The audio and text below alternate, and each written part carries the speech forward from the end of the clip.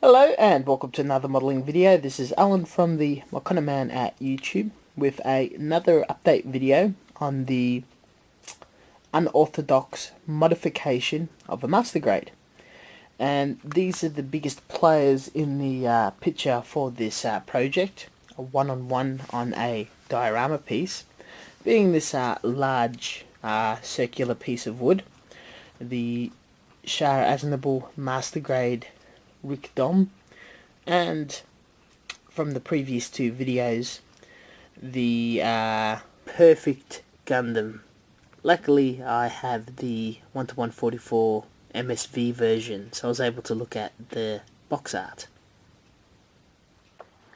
So to get through a lot of information, because the bit's been done, I did the sketching a while ago, but I left it at work. We've got the poor Gundam on its knees, head down, cannon forward, and the Dom wailing down with an beam axe like weapon. So the posing's been figured out, and it is on a circular base.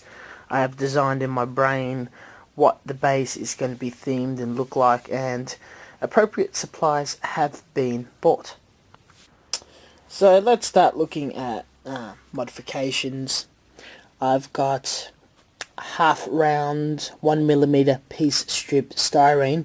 It's got a flat surface so it can glue anywhere and really adds extra pop, detail, edging, great places for weathering and inking to collect. And I'm jazzing up everything as I did a while ago with the Shadal Custom. The styrene sheets, this is the product made in the US by Evergreen. Expensive stuff, but it can go a bloody long way, even if you do go a bit crazy as I did. And this very, very interesting detail, along with 1mm and 1/2mm thick styrene sheeting to chop up, measure, cut with scissors, cut further to look like panels, and glue all over the place.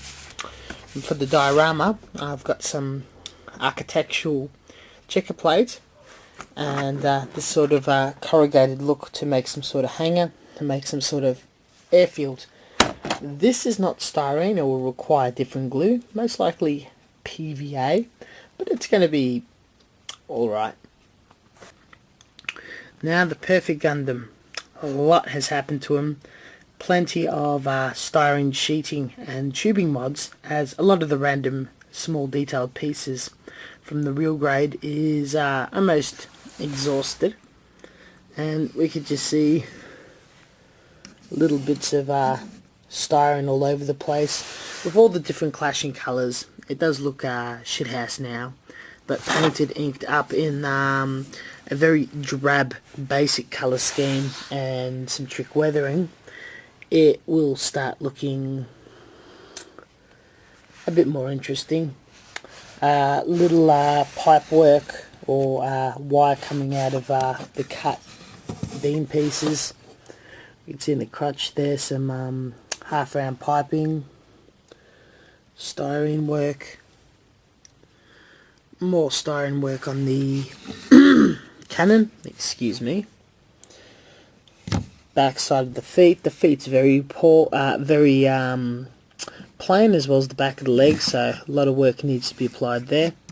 And the backpack is 100% done, and it's absolutely just shockingly decked out. Some piping and very fine wiring might be run around the place. Weathering or the cut off arm with extra damage around will need to occur, and I'm thinking of a slash across the belly. Nonetheless, it's looking pretty interesting so far. The gun via magnet will go on the Dom's back. Let's spend some time on the Rick Dom. He's going to have a completely different effect than having all this styrene pieces and styrene plating tubing. It's going to be more of a play of textures, which I've done in the past and had great results. I can do Zimmerif coating now, camouflage pattern via an airbrush, and a cast iron look. My newest technique is rivets, and he's going to be diesel punked the hell out, probably a tiny sprinkle of a couple of cogs around the arms, and that's going to be cool.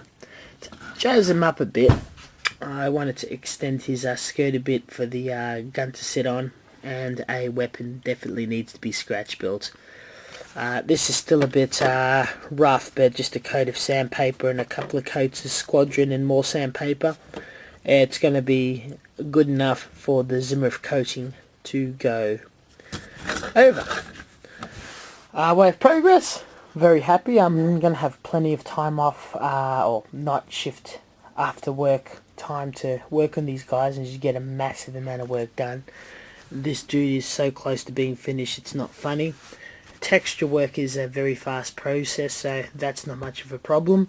And scratch building isn't too difficult. We'll catch you guys next time, and thank you for watching.